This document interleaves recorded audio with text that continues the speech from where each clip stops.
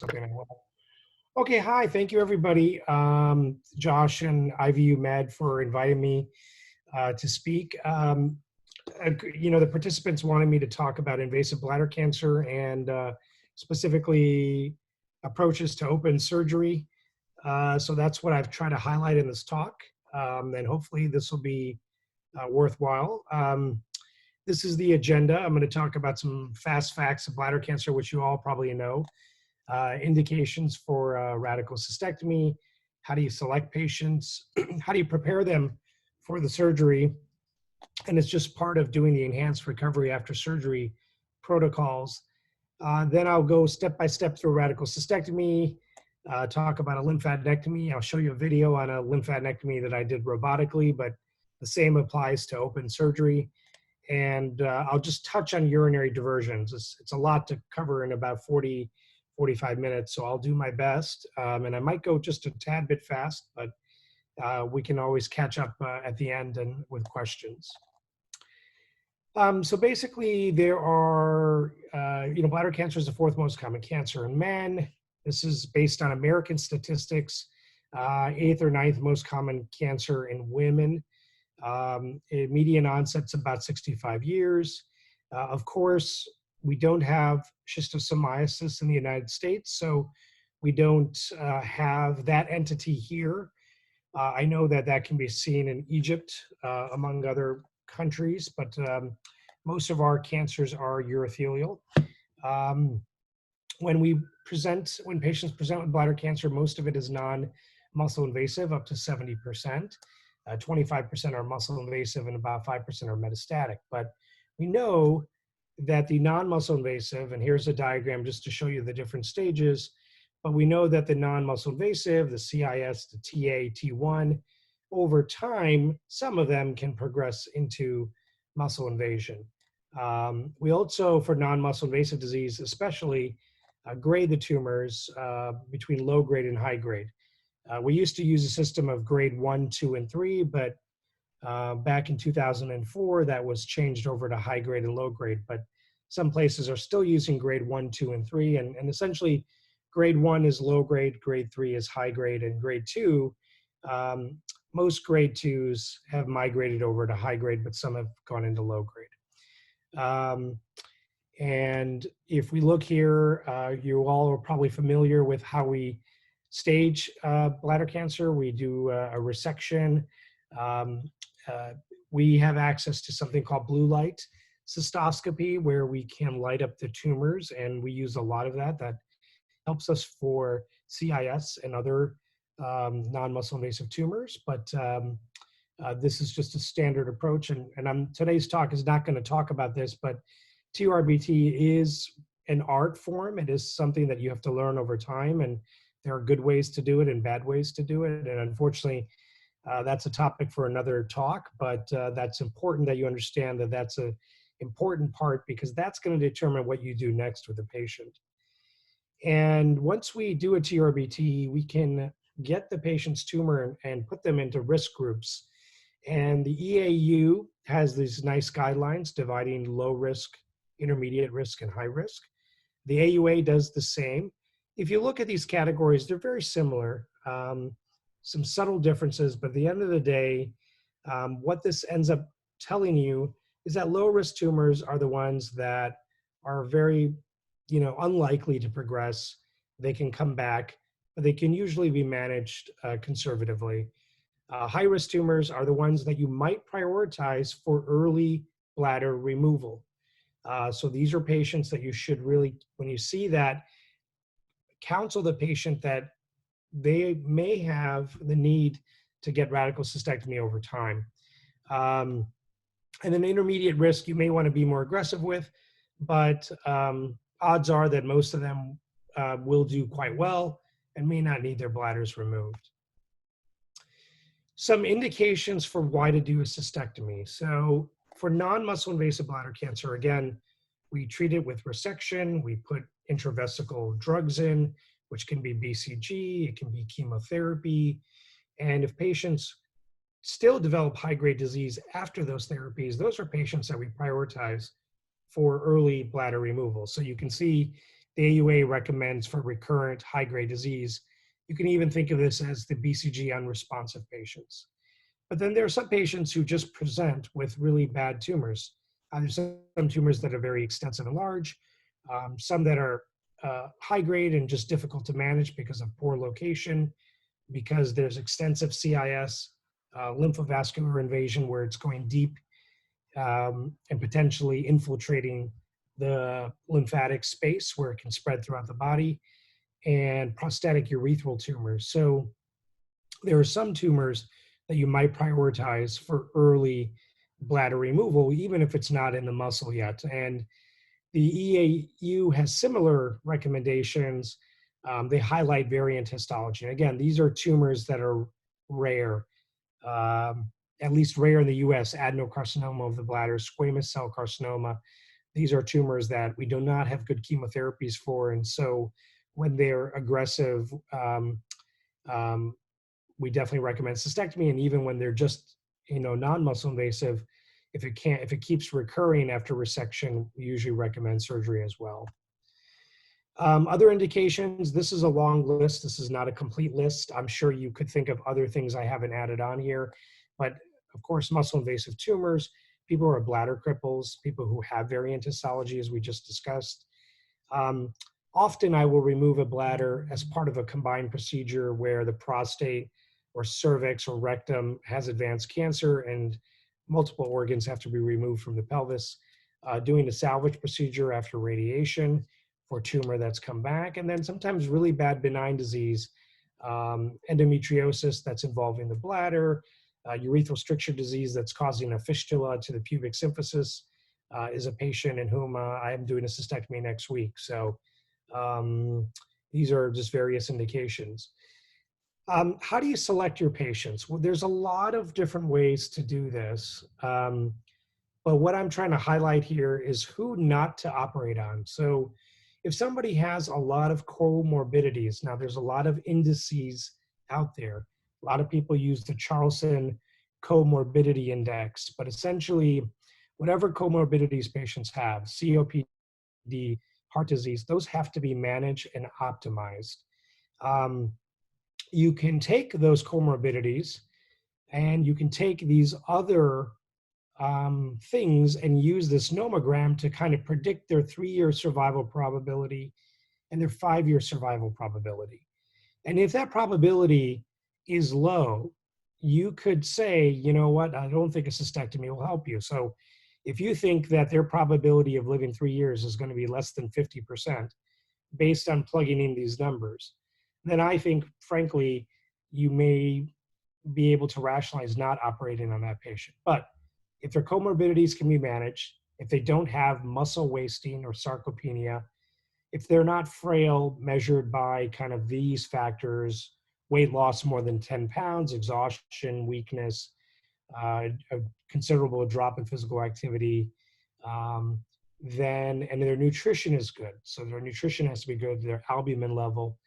And in the US, we'll often use the term the eyeball test. So if somebody doesn't pass the eyeball test, they don't look well to your eyes, that sometimes is telling that that patient may not survive your surgery because this is a quite morbid operation. In terms of preparing the patient, we talk to them about how long they'll stay in the hospital, how we're going to manage their pain, the risk of complications. We mark all patients for a stoma. Even if they're going to get a neobladder, we want to mark them in case they need a conduit. We talk to them about all their drains that they're going to possibly have. We encourage them to take high protein and carbohydrate loading prior to surgery. This optimizes their nutrition and allows to give them some stores of carbohydrates that will allow them to do better with surgery. We recommend no bowel prep. So in fact, they can have a regular diet the day before. I actually tell my patients to have clear liquid diet for dinner. We make them NPO after midnight. I do have my patients take an enema the night before so that the sigmoid is decompressed and not kind of in the way as much. And I don't give any oral antibiotics. And then for patients who have heart disease or we basically do recommend that they, continue their beta blockade. We can have them take aspirin, but other than that, no other blood thinners, because then the risk of bleeding is too great. We will give antibiotics for only a 24-hour period, so we'll give it right before surgery and continue it till the following morning. We give this drug called alvimapan. Alvimapan is a drug. It's a mu opioid receptor antagonist. So what it does is it binds to the receptors in the bowel, and it prevents narcotics from binding to those receptors. So it allows patients to have less ileus and other slow recovery of bowel after surgery. But you have to give it prior to surgery, and you have to continue it after surgery until patients start having bowel activity. And we always give patients prophylaxis against having a blood clot in the leg. The incidence is as high as 5% after cystectomy. It's probably even higher, but for clinically significance, about 5%. And we give patients heparin sub-Q prior to surgery, and then we switch them over to Lovenox. And we continue this for patients up to 4 weeks after surgery. So now that we've done all of these things, how do we do the surgery? And this is a great article I would recommend that you download and review. But essentially, we put the patient in a hyperextended position. Now, I think, frankly, this diagram is showing you too much extension. I have seen patients get stretch injuries and other problems with this position for the entire duration of the case.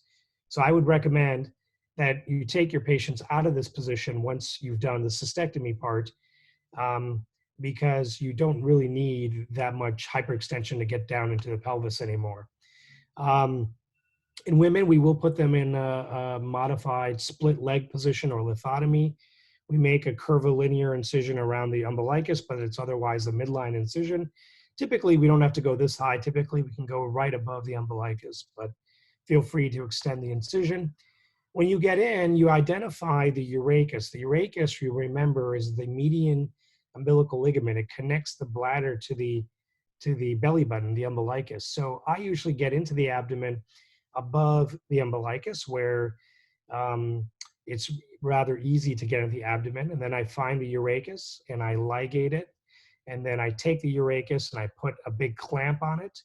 And then I go wide on each side and take the peritoneum with the bladder so that I don't get in the bladder. And I try to go up until the inferior epigastric vessels, until I get to the space of Retzius. And then I dissect that with a sponge stick. So to show you for, just so that you're aware, here's the umbilicus, and the urachus is basically the structure that sticks out of it. And then you have the median umbilical ligaments, which contain the obliterated umbilical artery. And we're trying to avoid getting into them. So that's why we go wide when we come down on the bladder after we get the urachus. But if you go too wide, you'll hit the inferior epigastric vessels. So you have to be careful not to hit those. So I go right up to the vessels until I see them on the back of the rectus muscle. And then I go all the way down to the bladder. And then what you'll encounter on the lateral surface of the bladder is just the vas deferens in men and the round ligament in women. And in women, we preserve the round ligament because I like to use the round ligament to suture to the top of the vaginal apex after we've repaired the vagina. And that's a trick that I learned from the doctors in Mansoura, Egypt. And I think it's a really nice trick to prevent vaginal prolapse after surgery. Then we mobilize the bowel. This diagram shows that you're mobilizing the colon along the line of Tolt here, and then you'll kind of mobilize the terminoileum, and then you'll also mobilize the sigmoid, and so we'll mobilize the sigmoid. And once you've got the sigmoid and the right colon, small bowel mobilized, you can pack the colon, the cecum and the small intestine upward.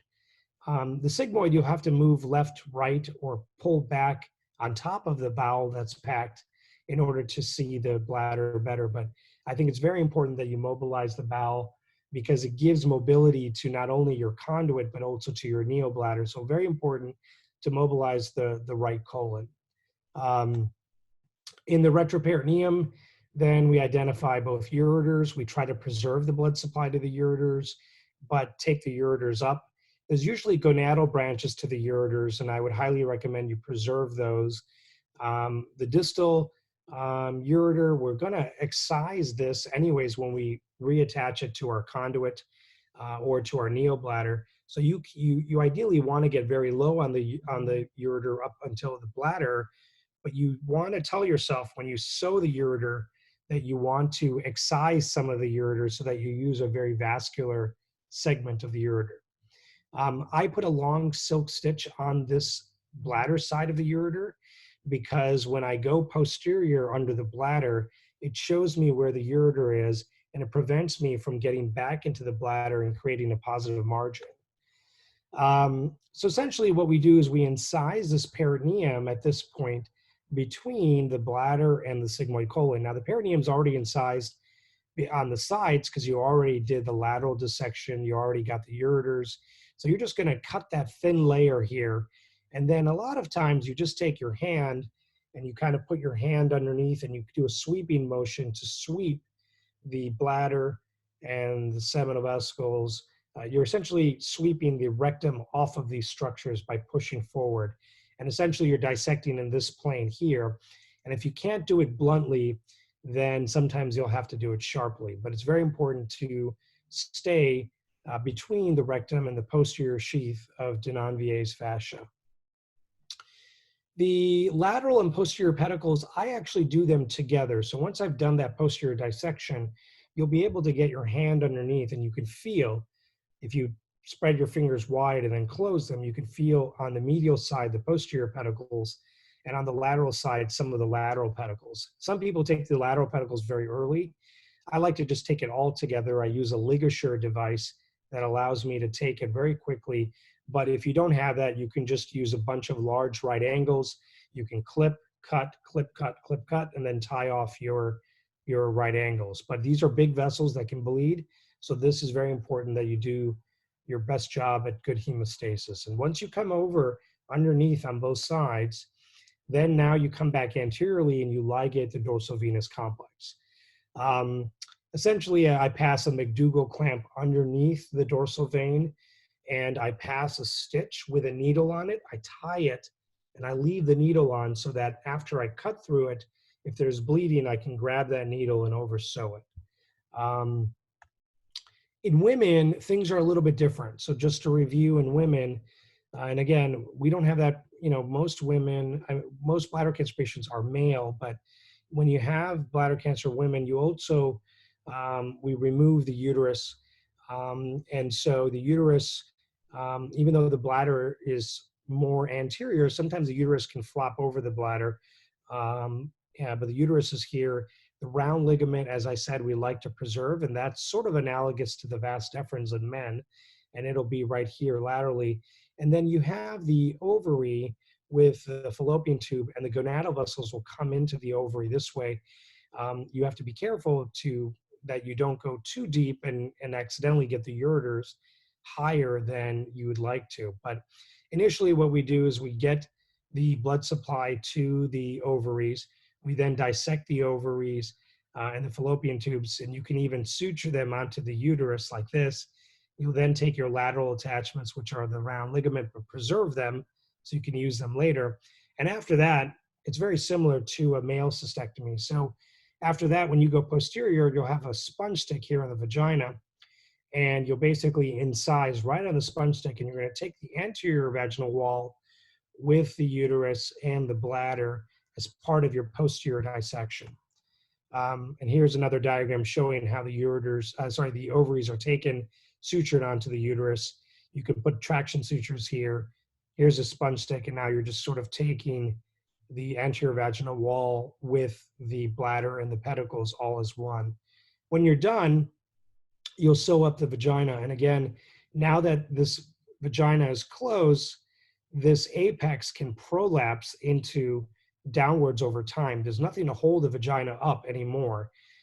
So what I do is those round ligaments, which are over here on the side, I take them. So if I have the round ligament here, I take them. I don't think my cursor is working, but I take them and I'd suture one side here, and I'd suture the other side over here. So lymphadenectomy, we remove the lymph nodes because we know there can be occult disease in up to 25% of patients.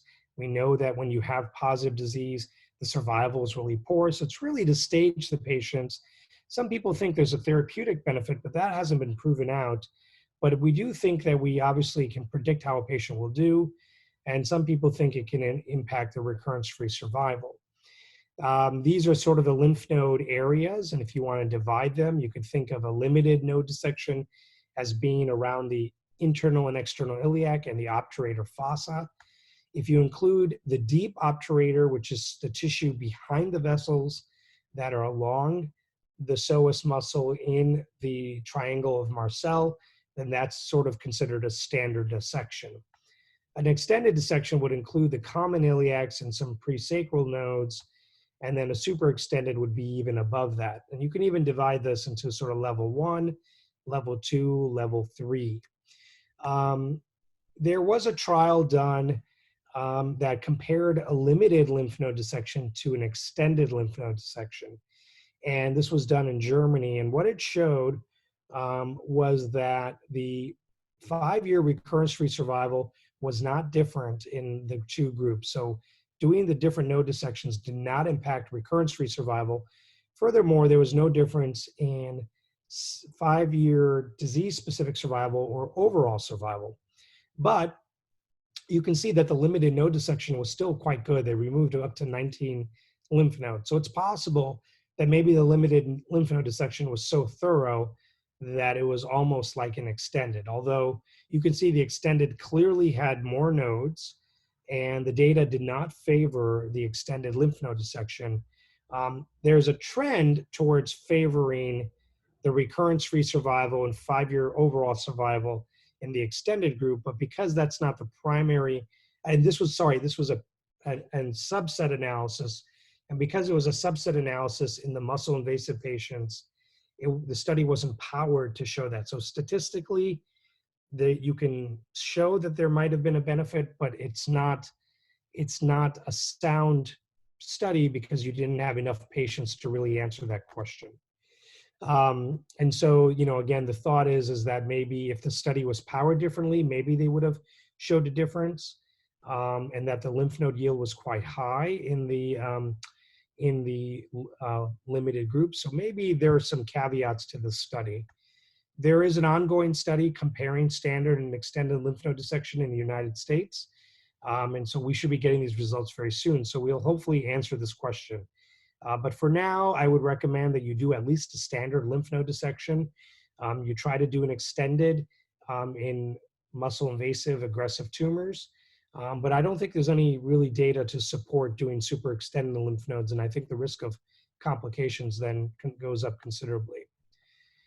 I'm just going to run through a video here and just show you kind of how we do lymph node dissection. This is in a robotic case that we did, but this same technique applies to open patients. We basically split on top of the artery. This is the external iliac artery. We're removing the nodes on top of it.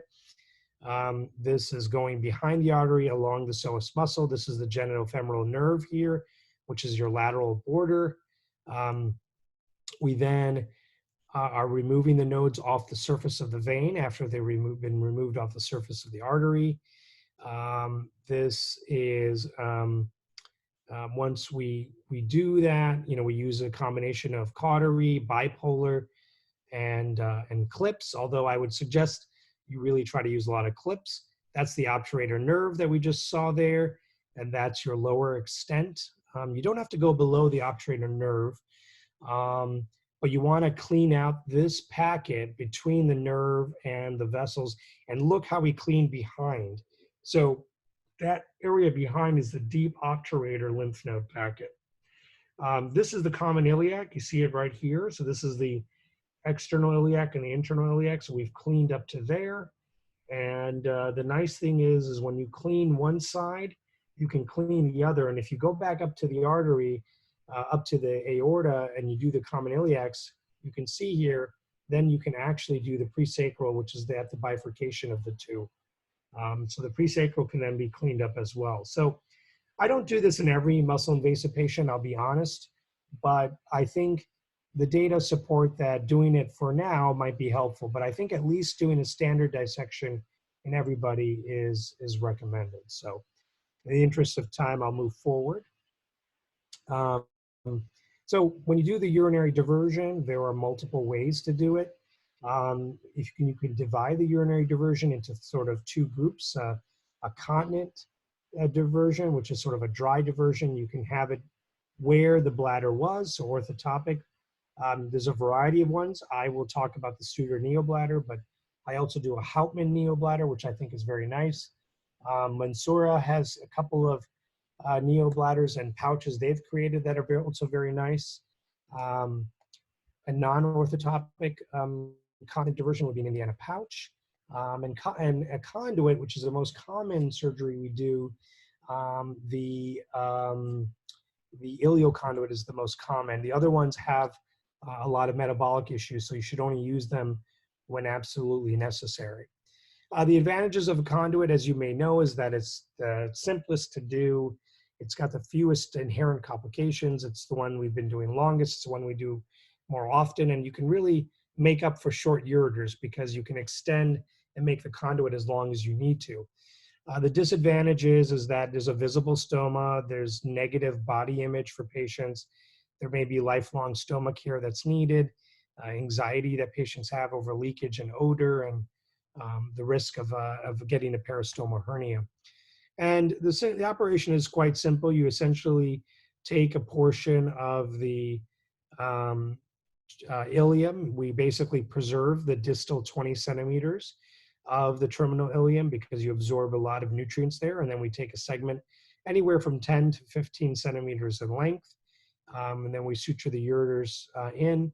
I do a Bricker anastomosis, which is individual anastomosis. Some people bring the ureters together and sew it as a common ureter called a Wallace anastomosis. I don't like doing that for cancer. I worry that if cancer were to develop in one ureter, it would affect the other. So I don't think it's a great option for cancer, but it's not a bad option if you're doing a conduit for a benign disease. How do you select the patients for a continent diversion? Well, because it's going to store urine, their creatinine has to be less than 2. They have to have good liver function and good bowel function because you're going to have to use a lot more bowel. And they have to be smart enough and motivated enough to actually do catheterization, which might be needed. They have to be willing to comply with this because it's a lifelong decision. And they have to have enough bowel that they don't have any other bowel issues that would be difficult. We make a reservoir, and it's important not to make your reservoir too big. So in all of these neobladders or Indiana pouches, the actual part that's holding the urine is only about 40 to 45 centimeters. That's because over time, that'll give you a 500 milliliter capacity. If you make it too big, if you make it 60 centimeters, you're actually making a very floppy neobladder or pouch, and it's going to increase the risk of infections and increase the risk that they're going to have to catheterize. So this is not, you don't want to make the actual part that holds the urine to be 60 centimeters. You can use different parts of the bowel. The ileum is preferred, but you can use the part of the colon, but in the part of the terminal ileum, but you do then risk losing a lot of these vitamins that are fat soluble. The sigmoid is a nice substitute, but it tends to be higher pressure than the rest of the bowel. So the Indiana pouch, this is one that I use in very selected cases. You have to use most of the right colon. You basically incise on the antimesenteric border, you pull this down, suture it up, and basically we'll put a Malincott tube along with a catheterizable channel here. The Malincott sort of a safety valve until the patient can catheterize and learn how to manage the Indiana pouch.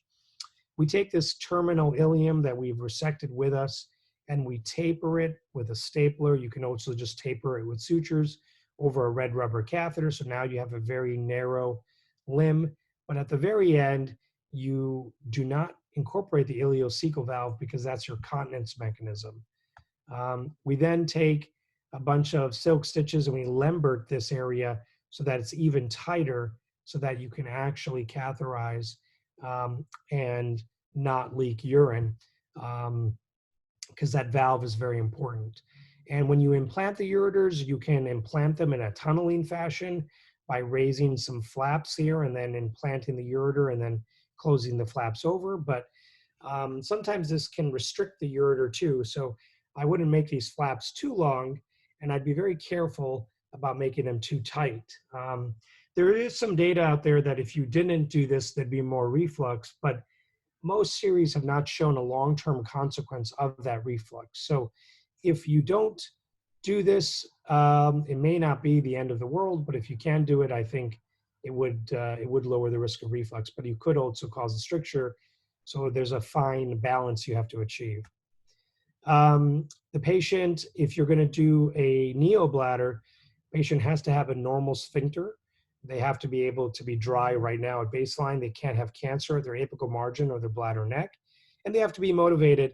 And just because they have bad tumor or they're older, I wouldn't exclude them. But I would say I personally do not offer a neobladder to people who've had radiation, although some people might. I worry about stricture disease, and so I don't offer it. I also worry about fistulas and poor healing. So I do not offer it unless the patient is a very healthy patient who is really motivated. The daytime control is usually really good with these pouches, but at nighttime, unfortunately, there can be considerable leakage. And so that's something to warn patients about. You can get some hypercontinence, especially in women. So that's, again, something to be wary of. And the risk of urethral cancer is low.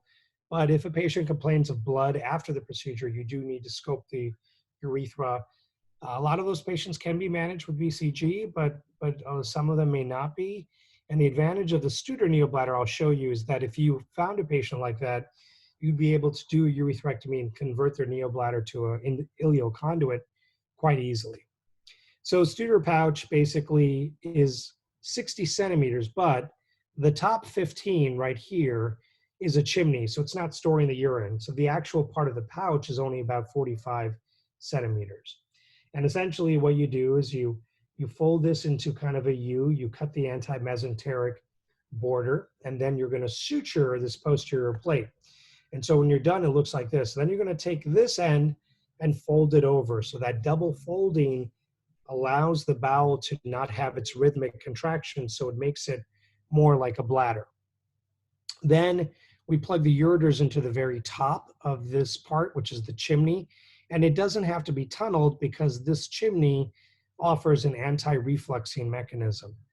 I bring the stents down into here, and then I pierce them through a stab wound, and I bring these stents out externally. That way it allows the pouch to heal and diverts the urine until the pouch is healed. Once you close this over, you're going to find the most dependent portion, and you're going to make a cut there, and then that will be your new bladder neck, and you'll sew that to the urethral stump. And so we sew that down here, and this is what it looks like when it's all finished a few months after surgery. It achieves a very nice globular shape. So the pros are it can be high capacity, it can be low pressure, and you can have good daytime control. But nighttime control, this is in Studer's hands. So he's the expert. I think his rates are way higher than what we really see in practice. In practice, I would say that it's really only about a third of patients tend to be dry at nighttime. You don't use the ileocecal valve like you do in Indiana pouch, so there's not metabolic abnormalities as much. There's not diarrhea as much, but you do still get metabolic disturbances, and you can still get strictures and stenoses. So in order to end on time and to give plenty of time for questions, let me just summarize. Bladder cancer is a common cancer. It can be invasive initially and over time. Radical cystectomy remains the gold standard for treatment for high-risk non-muscle invasive that fails existing therapies, and for patients who have muscle invasive tumor.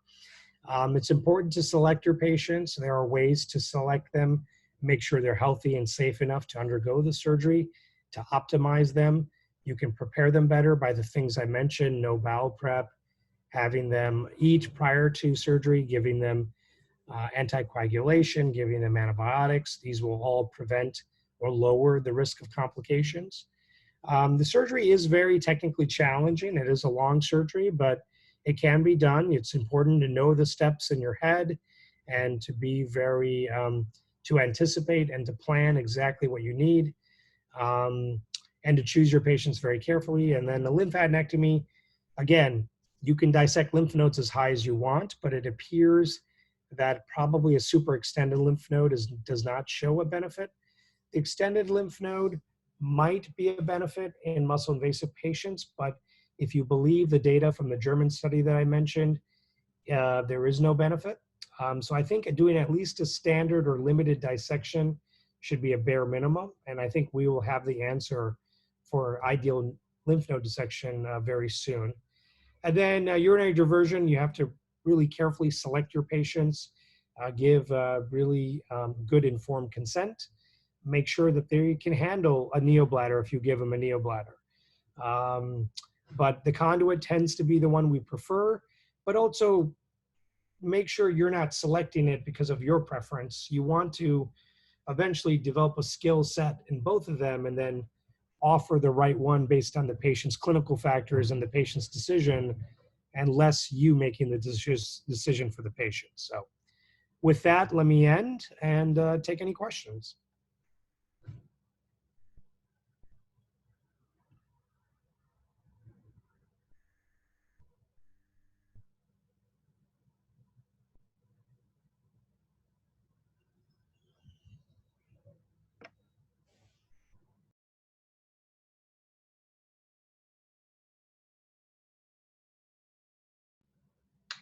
Thank you very much, Dr. Agarwal. I'll go ahead and unmute everybody just in case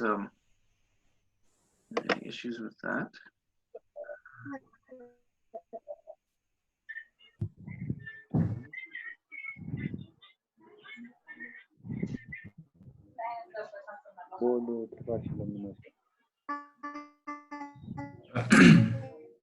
Hello. Hi. Hi, Dr. Agarwal. I am Basalam from Ethiopia.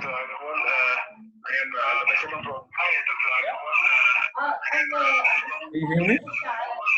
I can hear you, but there's a lot of background. So I guess if the others who are not speaking, if they I'll go ahead.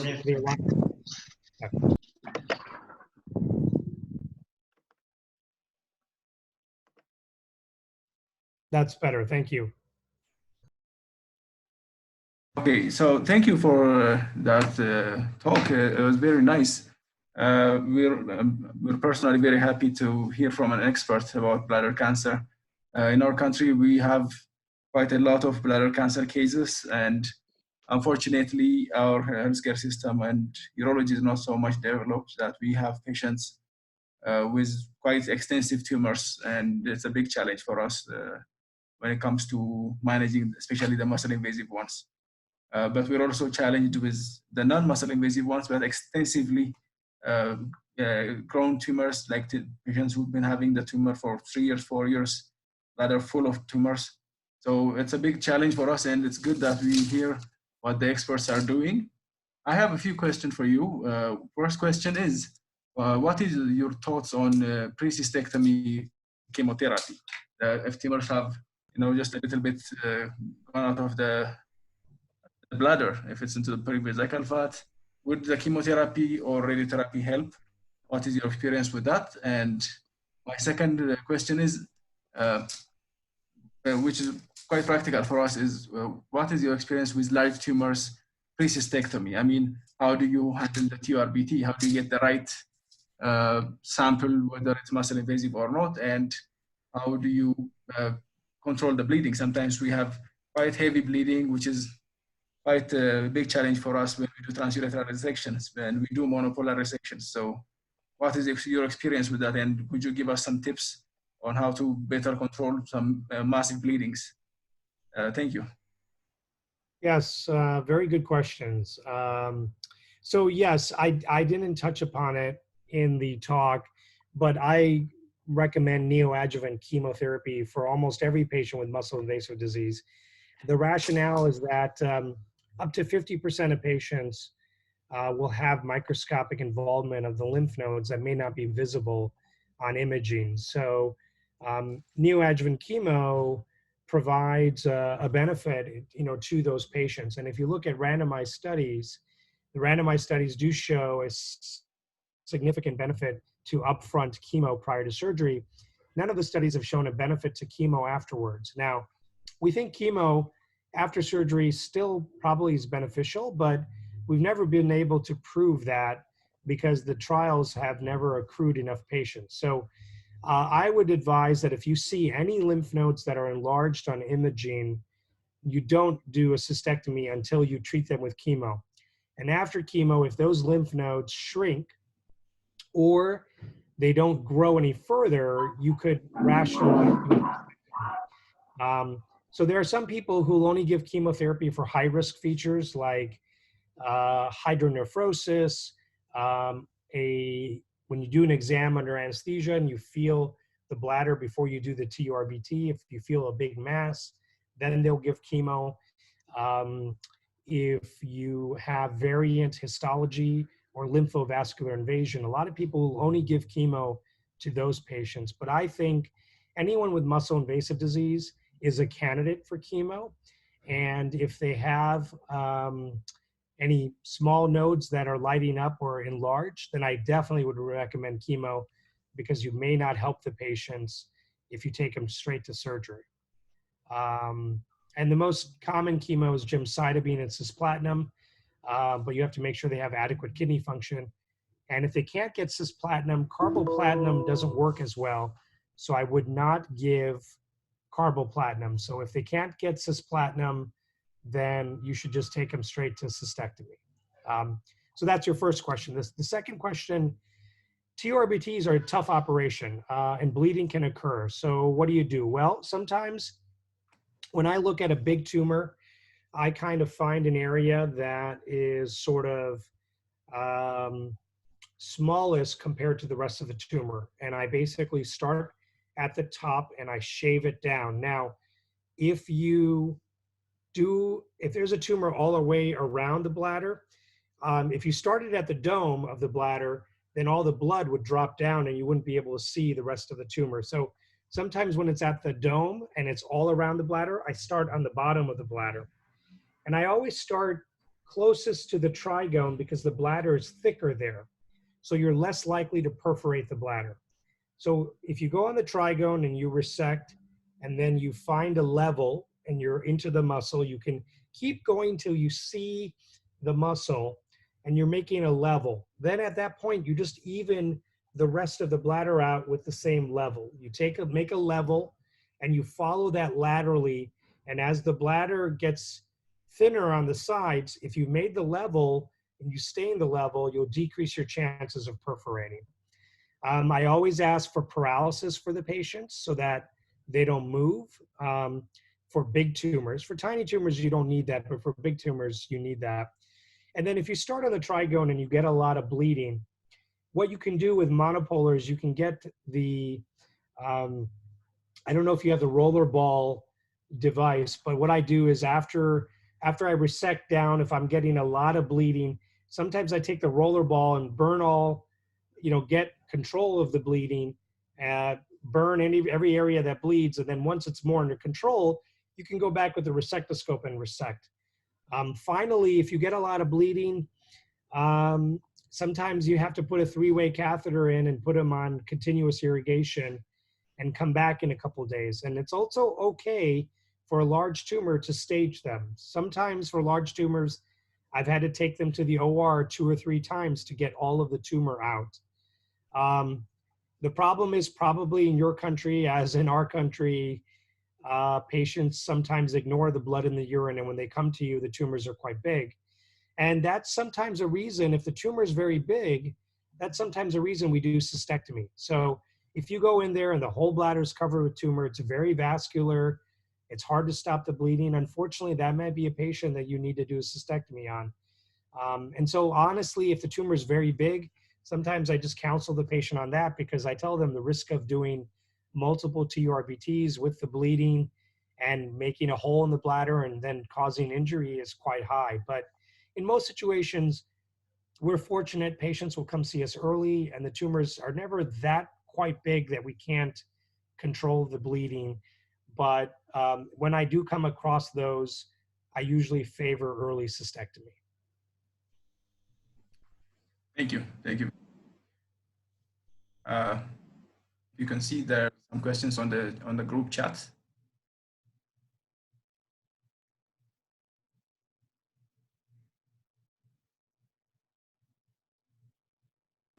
Okay, sorry, I see the chat now. All right, so yeah, let me answer these. So experience with prostate-sparing cystectomy and oncologic outcome. Frankly, I love prostate-sparing cystectomy. I think it's a very elegant surgery. You have to pick your patients very carefully. I have done about 10 in my career, and most of them have done quite well. Unfortunately, some of them have developed strictures between the prostatic capsule and the neobladder. So I do it only in a patient that has a neobladder, wants to be continent, wants to be sexually active, and has excellent sexual function and excellent continence at baseline.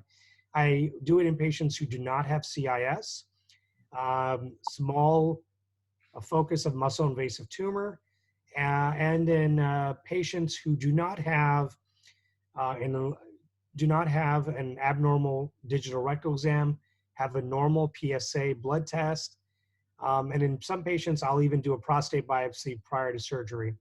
And then you have to counsel them that they have a risk of getting prostate cancer, but you have to do your best to make sure they don't have that before you offer this because it is technically not standard of care, but I do think for the right patient, it really maximizes their quality of life. How do I decide orthotopic versus non-orthotopic continent diversion? So if the patient does not want nighttime leakage, which can occur with orthotopic, then I will encourage them to have an Indiana pouch, which is a non-orthotopic continent diversion. But a lot of patients don't like the idea of catheterizing, so most men will favor an orthotopic continent diversion.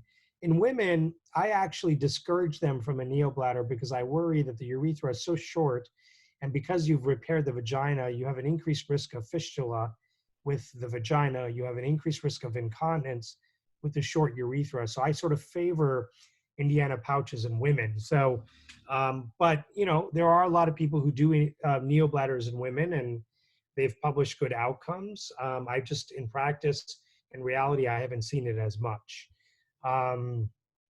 So what about multiple recurrence for low-grade disease? So good question. I think it's important to tell your patient that they are going to recur a lot. And I tell patients, look, at the end of the day, you're still going to have your bladder. It's unlikely it's going to progress to aggressive disease, but it will still keep coming back. So for low-grade disease, I will resect the tumors and I will put gemcitabine in the bladder right after the procedure for 1 hour, and then I will empty it. And if you do that, the thought is that it'll prevent reimplantation of those tumor fragments in the bladder. So you can try that. It might decrease their risk of recurrence, but recurrences are going to happen with low-grade disease, and it's important to tell the patients that they're going to need periodic procedures.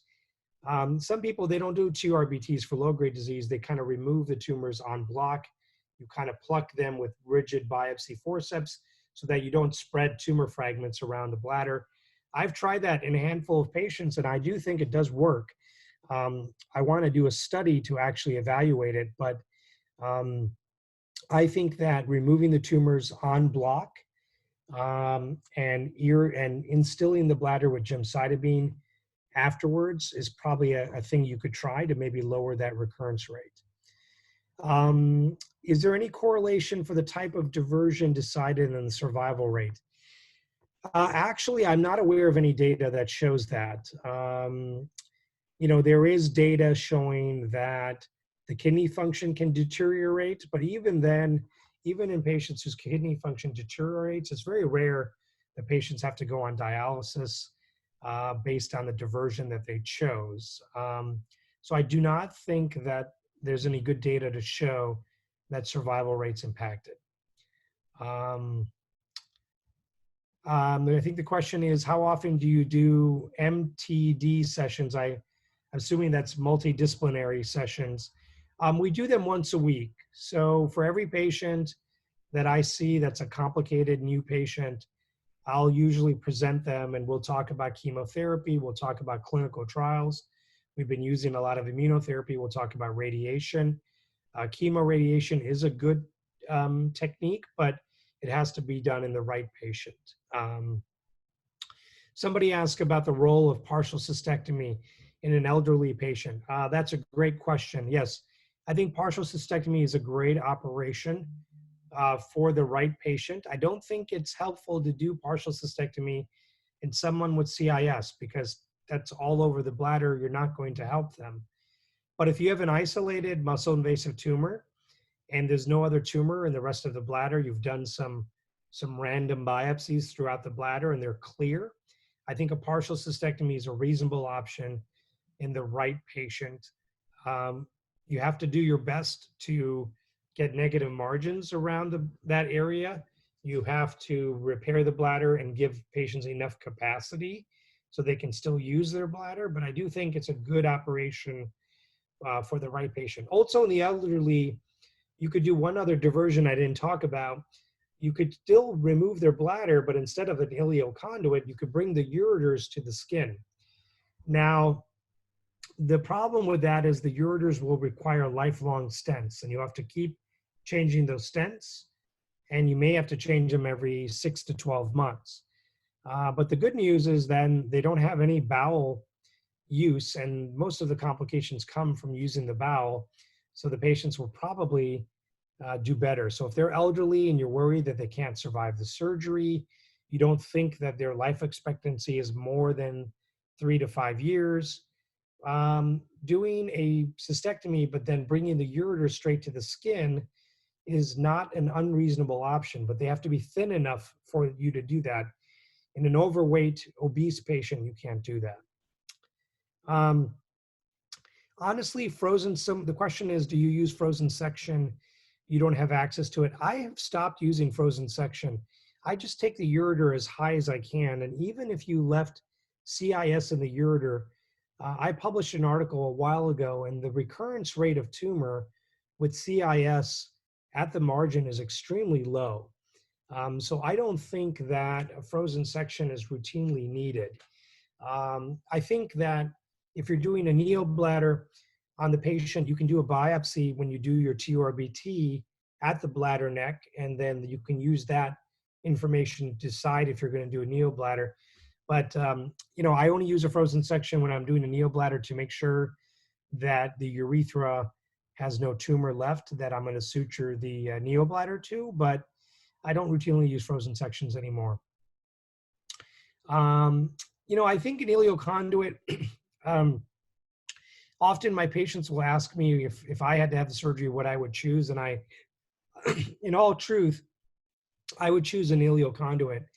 I think that, for me and what I do in my life, I think an ileal conduit would provide me with reliable drainage and, very little maintenance. But it's a preference for the patient. Just because I feel that way doesn't mean that everybody feels that way. I think it's important to let your patients know that a neobladder is not like a bladder.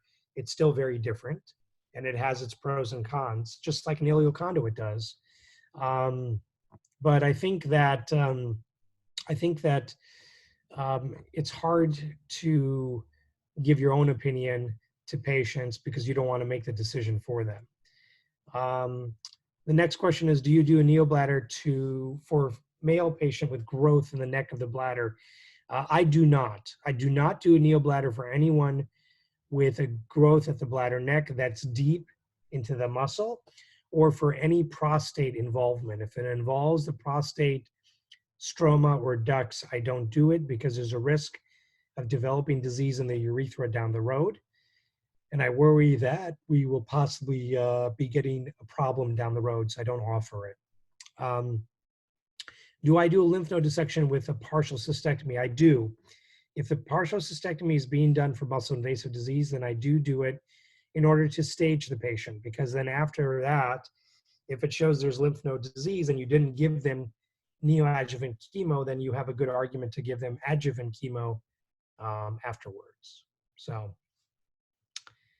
I'm sorry I ran through all those questions, but I think I got through all of them.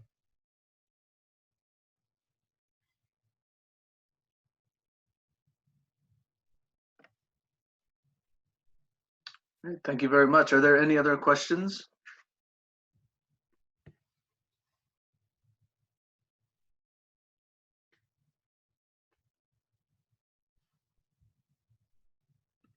Okay, thank you very much, Dr. Agarwal. We really appreciate your time.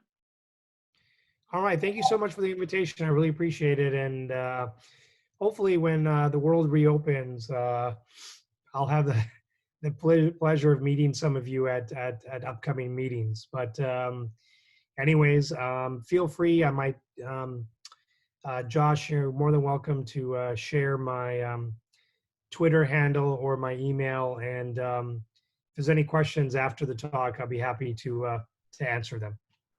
Thank you very much. And this talk will be archived on the IVU Med website as well, in case anybody had to join us late. Perfect. Wonderful. Right. All right. Take care and everybody stay safe. Thank you very much. You too. Okay. Bye-bye.